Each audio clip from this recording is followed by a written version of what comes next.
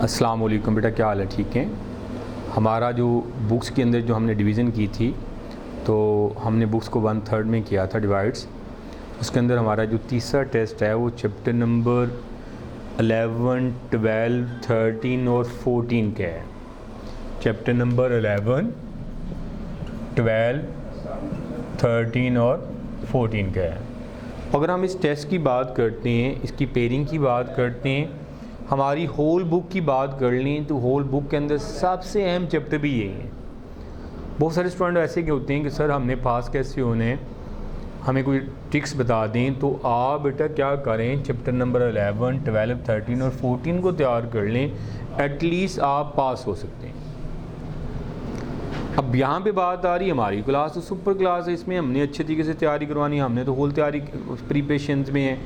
तो मेरा बेटा अगर हम बोर्ड की पेयरिंग के अंदर देखें, 3 शॉर्ट क्वेश्चन 11 चैप्टर से आते हैं, 3 12 से आते हैं और 2 आपके पास 13 से आते हैं, 1 14 से आता है। सम टाइम होता है इनकी जगह चेंज हो जाती है, यहाँ पे 2 आ जाते हैं, यहाँ से 3 आ जाते हैं। इसमें थोड़ी सी कन्फ्यूजन रहती है, हर साल थोड़ा सा सेटअप चेंज होता है। बाज़ का तो होता है एग्जामिनर 3 शॉर्ट क्वेश्चन 12 से उठाता है, 2 आपके 13 से ज़्यादा है। बाज़ का तो होता है 13 से आपके पास 3 आ जाते हैं, 12 से 2 आ जाते हैं। इसको अच्छे तरीके से हम तैयार कर लेते हैं, यानी हमें कोई प्रॉब्लम नहीं आएगी।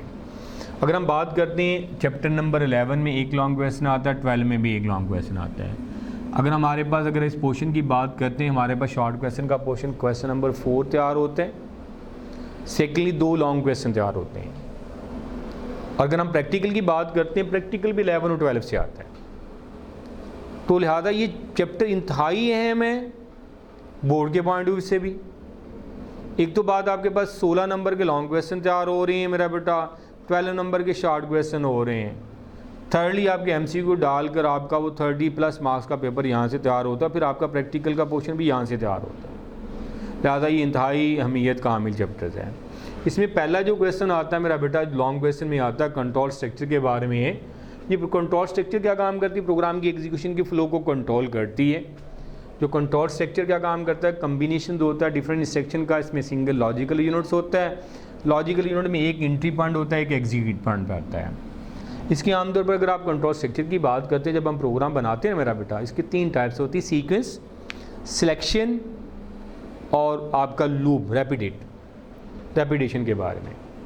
अब बेटा यहाँ पे सीक्वेंस, जब हमने चैप्टर नंबर 10 में जितने भी प्रोग्राम्स किए वो सीक्वेंस में, जैसे आपने प्रोग्राम को लिखा एज इट एग्जीक्यूट हुआ, उसमें किसी स्टेटमेंट को स्किप नहीं किया, किसी भी स्टेटमेंट को उसने स्किप नहीं किया और ना ही एक से ज़्यादा दफ़ा चलाया है। अगर आप सिलेक्शन की बात करते हैं, उसमें आप डिपेंड करता है कंडीशन के ऊपर। और उसके बाद हमने बात की रेपिटेशन के बारे में, वो क्या काम करता है? रिपीट करता है एग्जीक्यूशन के फ्लो को बार बार। हम पहली जो बात करते हैं सीक्वेंस सिलेक्शन के अंदर इफ़ के बारे में, ये 1 ऑल्टरनेटिव के साथ होता है मेरा बेटा।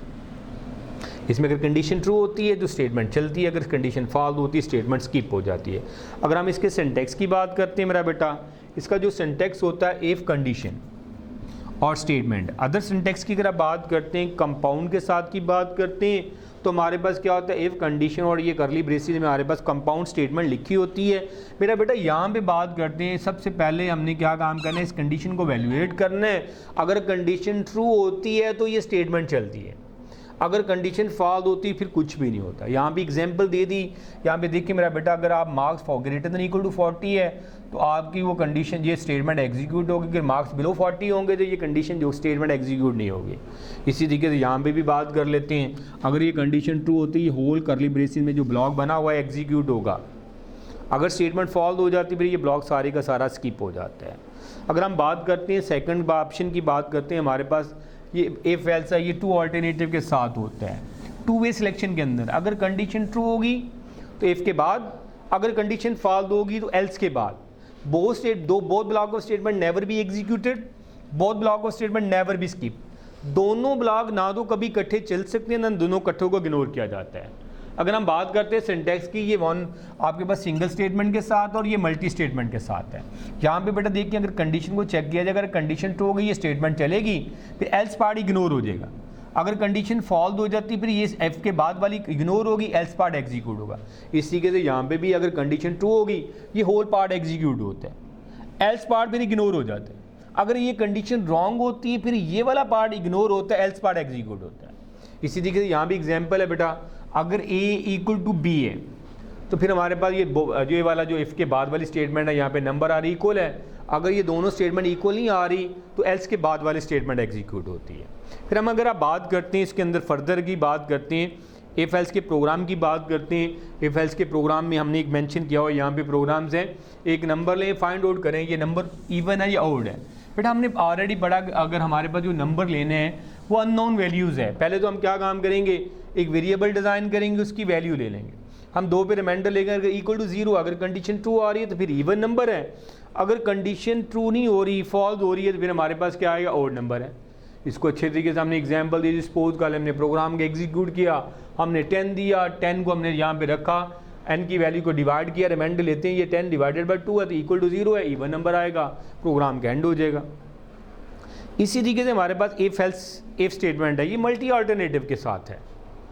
जब आपके पास मैनी ब्लॉक अवेलेबल हो, मैनी चॉइसेस अवेलेबल हो, उनमें से एक को चलाना चाहते हैं तो हम क्या काम करेंगे, इफ एल्स इफ स्टेटमेंट को यूज़ करेंगे। यहाँ पे भी सीक्वेंस के साथ चेक किया जाता है, इसका वर्किंग मैकेनिज्म क्या होगा, फर्स्ट वन कंडीशन को चेक करेंगे, कंडीशन 1 को अगर ट्रू होती है तो ब्लॉक को 1 स्टेटमेंट एग्जीक्यूट होगा, रिमेनिंग ब्लॉक सारे स्किप होंगे। अगर ये फॉल्स होती फिर अदर ब्लॉक कंडीशन को चेक किया, अगर ये ट्रू होगी ये वाला ब्लॉक चलेगा। इस तरीके से सीक्वेंस के साथ चेक करता है, जो ब्लॉक की कंडीशन ट्रू होगी वो एग्जीक्यूट होगा, बाकी ब्लॉक स्किप हो जाएंगे। इन केस अगर कोई भी कंडीशन ट्रू नहीं होती, लॉस्ट ब्लॉक ऑफ स्टेटमेंट क्या होगा, कैन आल्सो बी एग्जीक्यूटेड, ये चलेगा। इसकी वर्किंग मैकेनिज्म की बात करते हैं, इसकी वर्किंग में कंडीशन 1 को अगर आप चेक करते हैं, अगर वो ट्रू होती है वो कंडीशन तो वो ब्लॉक ऑफ स्टेटमेंट चलता है, बाकी सारे स्किप हो जाते हैं, देन एंड पर चले जाते हैं हम लोग। आगे हमारे पास इसके बारे में प्रोग्राम्स बना हुआ है, जहाँ पे हमने क्या किया, ये लॉन्ग क्वेश्चन के तौर पर भी काफ़ी बार आ चुका, 8 नंबर का क्वेश्चन होता है ये प्रोग्रामिंग के अंदर। यहाँ पे वो कह रहा है कि प्रोग्राम बनाएं जिसमें एक बताएं ये नंबर पॉजिटिव है, नेगेटिव या 0 है। हमने क्या किया बेटा, एक वेरिएबल डिज़ाइन किया, क्लियर स्क्रीन, उसकी वैल्यू ली, यहाँ पे ग्रेटर देन इक्वल टू 0 किया, अगर वो ये कंडीशन ट्रू होती है तो नंबर पॉजिटिव है, अगर लेस देन 0 होगा तो नेगेटिव है, अगर ना दो वो पॉजिटिव है नेगेटिव है, इसका मतलब फिर वो कौन सा एल्स पार्ट चलेगा। एल्स पार्ट में हमने क्या लिखा हुआ मेरा बेटा, नंबर इज़ 0, नंबर इज़ 0, ये वाला आपने अच्छे तरीके से करना है। फिर नेस्टेड की बात कर लेते हैं बेटा, प्रोग्राम के अंदर एक स्टेटमेंट को एक और कंडीशन के अंदर एक और कंडीशन लगा दें तो नेस्टेड है। If with in if is called nested if. If के अंदर एक और मेरा बेटा इफ लगा देंगे तो हमारे पास क्या बन जाएगा, नेस्टेड बन जाएगा। तो नेस्टेड स्ट्रक्चर को जब वर्किंग मैकेनिज्म को देखते हैं, पहले बेटा क्या काम करेंगे, आउटर कंडीशन को वैल्यूएट करेंगे। अगर आउटर कंडीशन ट्रू हो रही है तो इनर को चेक करेंगे, इनर ट्रू हो रही है तो फिर ये स्टेटमेंट चलेगी। ये स्टेटमेंट उस वक्त चलेगी जब बोथ कंडीशन आर ट्रू। अगर आउटर ट्रू है, इनर फॉल्स है, तो आउट जो आपके पास क्या होगा, इनर के एल्स पार्ट पे चला जाएगा। अगर आउटर ही कंडीशन फॉल्स हो जाती है फिर इनर सारा का सारा स्किप हो जाएगा, वो किस पे चलाएगा, आउटर के एल्स पार्ट पे चला जाएगा। अगर हम इसके फ्लो चार्ट की बात करते हैं, अगर पहली कंडीशन ट्रू है, सेकंड कंडीशन ट्रू है तो ये स्टेटमेंट चलेगी। अगर पहली कंडीशन फॉल्स होगा तो यहाँ पे आ जाएगा, अगर दूसरी कंडीशन फॉल्स होगा यहाँ पे आएगा। अगर आप बात करते हैं नेस्टेड इफ के अंदर, बेटा एक स्टेटमेंट चलनी, बाकी सारी की सारी स्किप होनी है। एक स्टेटमेंट चलेगी, बाकी की सारी क्या होगी, स्किप होगी। अगर हम बात करते हैं यहाँ भी इसकी प्रोग्राम की लॉजिक की बात कर लें साथ, तो हमारे पास एक प्रोग्राम बना हुआ है, यहाँ पे हमने 3 नंबर लिए, उसमें हमने क्या किया, स्मॉलेस्ट नंबर को डिस्प्ले करवाना है। तो मेरा बेटा सब फर्स्ट वन हमने क्या काम करेंगे, 3 वेरिएबल डिज़ाइन करेंगे, तीनों की वैल्यूज़ ले लेंगे एज इनपुट। फिर हमने क्या लिखा, ए लेस देन बी है, ए लेस देन सी। अगर ए छोटा बी से, एक छोटा सी से, तो स्मॉलेस्ट नंबर हमारे पास क्या होगा, ए। अगर आउटर ट्रू है, इनर फॉल्स है, तो इसके साथ हमने सी लगाया तो स्मॉलेस्ट नंबर सी आ जाएगा। अगर आउटर ही फॉल्स हो जाती इस सेल्स पे चला जाएगा, उसमें अगेन इफ एल्स लगी हुई है, वहाँ भी हमने क्या काम करेंगे, यहाँ पे बी आएगा, अदरवाइज अगर ये कंडीशन फॉल्स होगी तो सी आएगा, प्रोग्राम का एंड हो जाएगा। इसके बाद हम फर्दर बात करते हैं इसके अंदर स्विच की। बेटा स्विच स्टेटमेंट जो ऑल्टरनेट है, किसके ऑल्टरनेट यूज़ होती है, इफ एल्स इफ की ऑल्टरनेट यूज़ होती है। ये उस वक्त यूज़ होती है जब मैनी आपके पास चॉइसेस अवेलेबल हों, उनमें से सिंगल को चलाना है। आप जब इसको स्टेटमेंट को चलाते हैं, इसका जो आंसर आता है एक्सप्रेशन को वैल्यूएट करने से या तो इंटीजर आता है या फिर कैरेक्टर आता है। अगर आप इस सिंटेक्स की बात करते हैं तो सिंटेक्स में मेरा बेटा देखिए, स्विच एक्सप्रेशन सिंगल एक्सप्रेशन है, और यहाँ पे हमारे पास केस वैल्यू उसके आगे कोलन साइन है, स्टेटमेंट है, ब्रेक है, सो ऑन, मल्टी चॉइसेस आप लगाते हैं, अकॉर्डिंग टू नीड्स है, अकॉर्डिंग टू रिक्वायरमेंट है, जितनी मर्जी केसेस को यूज़ करवा लें। लास्ट में हमने क्या काम करेंगे, डिफ़ॉल्ट लगाएंगे और स्टेटमेंट लगाएंगे। मेरा बेटा जब आप इसकी वर्किंग मैकेनिज्म को वैल्यूएट करते हैं, फर्स्ट वन एक्सप्रेशन को वैल्यूएट करेंगे, अगर वो ट्रू होती है उसका जो आंसर आता है ये केस वैल्यू के साथ मैच करेगा। जिस केस वैल्यू के साथ उसका मैच हो जाएगा उसका क्रॉसपोर्डिंग ब्लॉक एग्जीक्यूट होगा। हर केस के एंड पे ब्रेक लगी हुई है, इसका काम क्या होगा, उसकी स्विच की बॉडी से बाहर निकाल देना है। अब यहाँ पे बात कर लेते हैं, फर्दर हम इसकी बात करते हैं, अगर उसका मैच नहीं होता नेक्स्ट केस को चेक करेगा, सो ऑन चलता जाएगा। अगर उसका आंसर सपोज कर लें किसी भी केस वैल्यू के साथ मैच नहीं होता, under the default statement can also be exist, ये उस वक्त चलेगी जब उसका आंसर कभी किसी भी केस स्टेटमेंट के साथ मैच नहीं होता। अगर आप बात करते हैं उसके एग्जाम्पल की बात कर लेते हैं, यहाँ पे आपने एक वीकेंड दाखिल करना, उसमें क्या काम करें, अगर आप 1 दाखिल करें तो फ्राइडे डिस्प्ले हो जाए, 2 करें तो सैटरडे आ जाए। तो हमारे पास एक प्रोग्राम बना हुआ है, यहाँ पे देखें ज़रा मेरा बेटा, हमने प्रोग्राम के अंदर क्या काम करेंगे, उसकी प्रोग्राम को चलाते हैं, प्रोग्राम को बनाते हैं। केस के अंदर हमारे पास स्विच के अंदर आप 1 देते हैं तो आपके पास Friday, Saturday, Sunday and so on चलता जाएगा। अगर आप इसके अलावा कोई और वैल्यू देते हैं तो हमारे पास क्या आएगा, इनवैलिड नंबर की बात करते हैं। उसके बाद आता है कंडीशन ऑपरेटर। बेटा कंडीशन ऑपरेटर अल्टरनेट यूज़ होता है, किसके अल्टरनेट यूज़ होता है, हमारे पास इफ एल्स के। ये भी डिसीजन मेकिंग स्ट्रक्चर है, ये कंट्रोल स्ट्रक्चर है। अगर आप इसके सिंटैक्स की बात करते हैं तो हमारा यूज सिंटैक्स है मेरा बेटा, इसके अंदर वो कंडीशन है, question mark, true case, colon sign, false. अगर बेटा ये कंडीशन ट्रू होती है तो ट्रू केस चलेगा, अगर कंडीशन फॉल्स होगी तो फॉल्स केस चलेगा। कंडीशन वही या रिलेशन स्पेसिफाई कर रहा होता है, रिलेशन एक्सप्रेशन या लॉजिकल एक्सप्रेशन को स्पेसिफाइड कर रहा होता है। अगर हम एग्जाम्पल देते हैं बेटा यहाँ पे, अगर for example a greater than 50, अगर a की वैल्यू 50 से बड़ी है तो x की जो वैल्यू साइन होगी 1 होगी। अगर a की वैल्यू 50 से बिलो होती है या इक्वल टू होती है तो x की वैल्यू क्या साइन होगी, वो 0 होगी। वो डिपेंड करेगा a की वैल्यू इसके ऊपर। अगर हम उसके बारे में एग्जांपल देते हैं, यहाँ पे हमारे पास इफ एल्स के साथ स्ट्रक्चर में भी उसको दिया गया है, उसी के से आप यूज़ करवा सकते हैं। अगर हम बात करते हैं आगे कंडीशनल ऑपरेटर्स की बात करते हैं, वहाँ पे भी एक प्रोग्राम बना हुआ है। जहाँ पे हमने क्या काम करेंगे, प्रोग्राम बनाएंगे जिसमें आपने एक नंबर लेंगे, नंबर बताए, ये नंबर आपका जो आपके पास जो एक्स बड़ा है वाई से, तो हमने क्या किया, 2 वैल्यूज़ ली, दोनों की कीमत ले ली। यहाँ पे ए एक्स ग्रेटर देन वाई है तो हमारे पास एक्स इज़ द लार्जर, अगर कंडीशन फॉल्स होगी तो वाई इज़ द लार्जर। इसी तरीके से वहाँ पे डिवाइडेड बाय 3 की बात करते हैं और नॉट डिविजिबल बाय 3 की बात करते हैं। इसी तरीके से हमारे पास बेटा चैप्टर नंबर 12 आ गया। चैप्टर नंबर 12 लूप का है।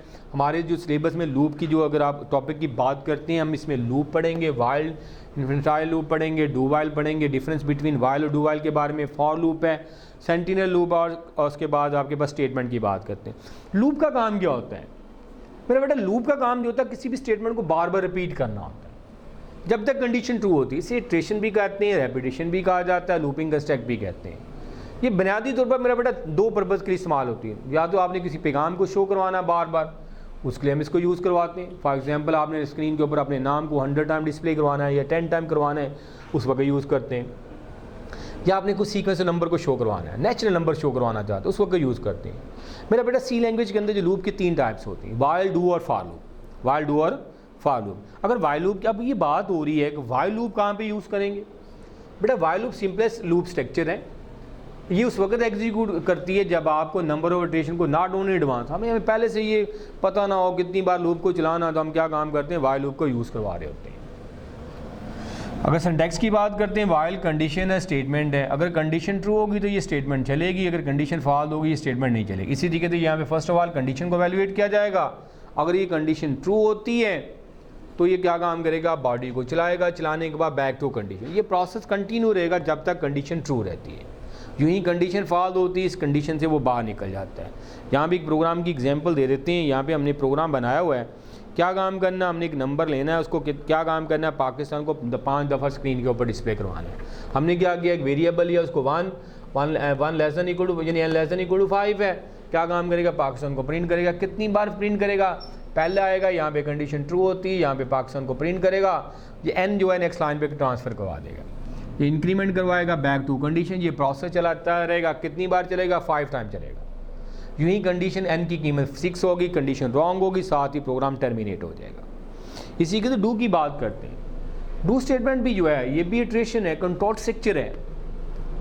अब इसकी बात होती है, ये भी क्या काम करती है, ये भी एक से ज़्यादा स्टेटमेंट को चलाती है जब तक कंडीशन ट्रू होती है। इन दोनों में डिफरेंस क्या है बेटा, वाइल के बारे में हमने पढ़ा, उसमें पहले कंडीशन होती है उसके बाद बॉडी होती है। इसके अंदर क्या होता है, पहले बॉडी होती है उसके बाद कंडीशन होती है। इसमें पहले बॉडी को एग्जीक्यूट करने के बाद कंडीशन को वैल्यूएट करता है।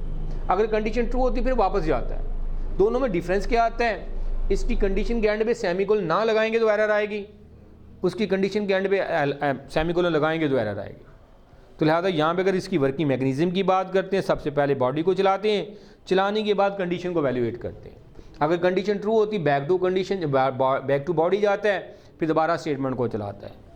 इसके साथ ही हमें दोनों के डिफरेंस की पढ़ लिया था हमने। फार के बारे में, ये भी लूप को है, फ्लेक्सिबल लूप है, इसे काउंटर कंट्रोल लूप भी कहते हैं। और इसके अंदर ये जब इसको कब चलाया जाता है, जब हमें पहले से पता हो, एडवांस में पता हो कितनी बार लूप को चलाना है। इसमें इनिशियलाइजेशन है, सेमी कोलन है, कंडीशन है, सेमी कोलन, इंक्रीमेंट और डिक्रीमेंट पार्ट। और बॉडी ऑफ फॉर लूप जो होती है वो करली ब्रेसेस में लिखी जाती है। अगर हम बात करते हैं इसके अंदर भी आगे सेंटिनल कंट्रोल लूप है। बेटा सेंटिनल कंट्रोल लूप जो होती है डिपेंड करती है स्पेशल वैल्यूज़ को, जिसे सेंटिनल वैल्यूज़ कहा जाता है। और ये sentinel control loop commonly use होती है वाइल और डू वाइल के अंदर। इसमें सेंटिनल लूप जो होती है, इसमें जो वैल्यूज़ होती है सेंटिनल लूप के अंदर क्या होती है, अननोन होती है, डिपेंड करती है यूज़र की इनपुट के ऊपर। जनरल फॉर्म क्या होती है, स्टार्ट करता है लूप को दोहराने को, फिर वैल्यूज़ को कंपेयर करता है। अगर वो सेंटिनल वैल्यूज़ होती है तो लूप टर्मिनेट हो जाती है, अगर सेंटिनल वैल्यू नहीं होती लूप कंटिन्यू रहती है। उसके बारे में हमने पढ़ा था कुछ चीज़ें। उसके बाद आता है कंटिन्यू ब्रेक के अंदर। बेटा बॉडी ऑफ लूप के अंदर आप दो चीज़ों को और भी यूज़ करवा सकते हैं कंटिन्यू और ब्रेक के अंदर। कंटिन्यू स्टेटमेंट का काम क्या होता है, जब भी कंटिन्यू स्टेटमेंट को इनसाइड द लूप यूज़ करते हैं, कंटिन्यू स्टेटमेंट यूँ ही आती है, बिगिनिंग ऑफ लूप ले जाती है और उसको बॉडी के अंदर रिमेनिंग स्टेटमेंट होती है उसको स्किप करवा देती है। अगर हम ब्रेक की बात करते हैं, ये क्या काम करती है, उसकी बॉडी से, लूप की बॉडी से उसको एग्जिट करवाने के लिए इस्तेमाल होती है। इस लूप ने तो 3 बार से 5 बार चलना था, लेकिन आपने क्या काम किया, पहली दफ़ा आया, क्वेश्चनिंग को प्रिंट किया, ब्रेक ने उसकी बॉडी से बाहर निकाल दिया। ये डिपेंड करेगी इटरेशन को किसके ऊपर डिपेंड करेगी, ब्रेक के ऊपर। जब भी आप उसको आएगी उसके बाद साथ ही लूप क्या होगी, टर्मिनेट होगी। नेस्टेड की बात करते हैं, लूप के अंदर एक और लूप लगा दें, loop with in loop is called nested loop. Loop के अंदर एक और लूप लगा दें, नेस्टेड लूप बन जाती है। तो नेस्टेड लूप के अंदर बेटा क्या काम करती है, अदर लूप को भी यूज़ कर सकते हैं। यहाँ पे सिंटैक्स की बात करते हैं, ये आउटर है, ये इनर है। बेटा यहाँ पे जब आप प्रोग्राम को चलाते हैं नेस्टेड लूप के अंदर थोड़ा सा कॉम्प्लिकेटेड होता है, इसको थोड़ा सा समझना होता है। जो आपकी आउटर लूप होती है रो को बनाती है, और जो इनर लूप होती है आपके कॉलम को बनाती है। आउटर लूप जो होती है रो को बनाती है, इनर क्या काम कर रही है, कॉलम को बना रही होती है। इसके प्रोग्राम थोड़े से कॉम्प्लिकेटेड अच्छे तरीके से तैयार कर लेना है। उसके बाद हमारे पास चैप्टर नंबर 13 की बात करते हैं। बेटा जो फंक्शंस हमने पढ़ा था, जब 8 चैप्टर पढ़ा था हमने पढ़ा था, वहाँ पे 2 तरह की प्रोग्रामिंग लैंग्वेज होती है, एक स्ट्रक्चर, दूसरी अनस्ट्रक्चर है। हमारी जो सी लैंग्वेज है स्ट्रक्चर प्रोग्रामिंग लैंग्वेज में जो प्रोग्राम की हॉल लॉजिक होती है, हम उसको डिवाइड कर लेते हैं छोटे छोटे पार्ट्स में, जिसे ब्लॉक कहते हैं।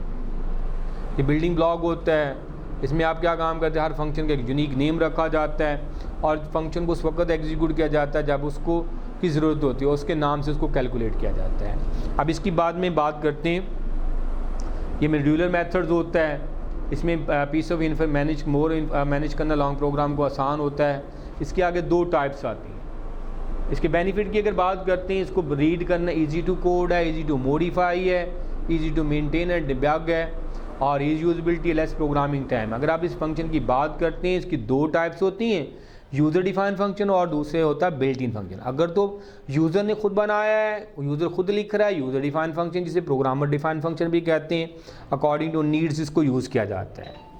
अगर दूसरी बात करते हैं, अगर हमने क्या काम करते हैं, बिल्ट इन है, उन्हें लाइब्रेरी फंक्शन भी कहा जाता है, उन्हें रेडीमेड प्रोग्राम भी कहा जाता है, ठीक है। इसे स्टैंडर्ड फंक्शन भी कहते हैं। प्रोग्राम को बनाना आसान होता है। डिफरेंट किस्म के फंक्शन के नाम यहाँ पे हैं, प्रिंट एफ है, स्कैन एफ है, गेट सी एच ई है, क्लियर स्क्रीन।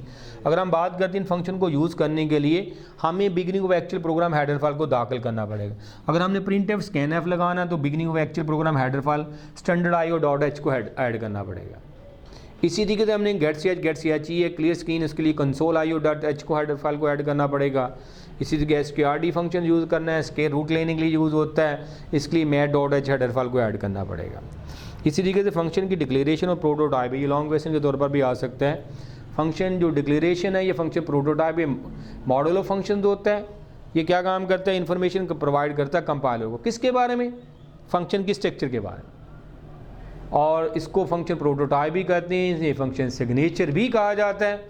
अगर आप इसके सिंटैक्स की बात करते हैं, इसके फंक्शन के जो 3 हिस्से होते हैं, नेम होता है, रिटर्न टाइप और पैरामीटर्स होते हैं। आमतौर पर इसको बिगिनिंग ऑफ एक्चुअल प्रोग्राम लगाया जाता है just before the main function, main function से पहले इसको ऐड किया जाता है। इसका अगर सिंटैक्स की बात करते हैं तो यहाँ पे हमारे पास जो सिंटैक्स है रिटर्न टाइप है, हमारे पास कौन सा आ रहा है सिंटैक्स का, रिटर्न टाइप्स है। उसके बाद हमारे पास क्या आएगा, आपके पास नेम ऑफ फंक्शन है, उसके बाद पैरामीटर। रिटर्न टाइप बेटा जो होता है ये आउटपुट होती है प्रोग्राम की। अगर हम यहाँ पे type of data type mention कर रहे हैं उसमें आएगा। अगर हम वाइड मेंशन कर देंगे तो इसका मतलब फंक्शन से कोई भी वैल्यू रिटर्न नहीं करते। आगे फंक्शन नेम है, ये सेम रूल्स हैं जो वेरिएबल डिक्लेरेशन के होते हैं। पैरामीटर वैल्यूज़ हैं, अगर आप फंक्शन को वैल्यू प्रोवाइड नहीं करना चाहते तो एम्प्टी पेनल्टी से लगा दें या उसमें कीवर्ड वाइड लगा दें। इसका मतलब कोई भी फंक्शन वैल्यू को एक्सेप्ट नहीं करता। अगर एक से ज़्यादा पैरामीटर है, these are separate by comma. अगर फंक्शन डिक्लेरेशन की बात करते हैं मेरा बेटा, फंक्शन डिक्लेरेशन जो है ये ऐसे फंक्शन डेफिनेशन को 2-3 जगह पे लिखते हैं। ये फंक्शन के बारे में बता रहा, एक्सप्लेन कर रहा होता है, ये before the main function, after the main function in separate file. अगर फंक्शन डिक्लेरेशन को आप क्या काम करते हैं, इसकी जो फर्स्ट लाइन होगी ये वाली लाइन है, इसे फंक्शन जो हेडर भी कहते हैं, फंक्शन डिक्लेरेटर भी कहा जाता है, और उसकी बॉडी जो होगी वो करली ब्रेसेस में लिखी जाएगी। अगर इसके साथ ही हम आगे फर्दर बात करते हैं फंक्शन कॉल की, जब आप फंक्शन को एग्जीक्यूट करते हैं उसको नाम से कॉल किया जाता है। जब आप फंक्शन को एक्टिवेट करते हैं फंक्शन कॉल कहलाता है। फंक्शन को कॉल किया जाता है उसके नाम से, फिर वो नेसेसरी पैरामीटर जो होते हैं उसको फॉलो कर रहा होता है। अगर हम बात करते हैं इसके अंदर आपके फंक्शन की रिटर्न टाइप्स के बारे में, आगे उसके बारे में लोकल और ग्लोबल वेरिएबल के बारे में बात करते हैं। बेटा local variable inside the function declare किए जाते हैं, global variable outside the main function declare किए जाते हैं। अगर मेन फंक्शन के अंदर डिक्लेयर किए जाएँ लोकल, अगर आउटसाइड द फंक्शन के लिए जाएँ तो ग्लोबल कहलाते हैं।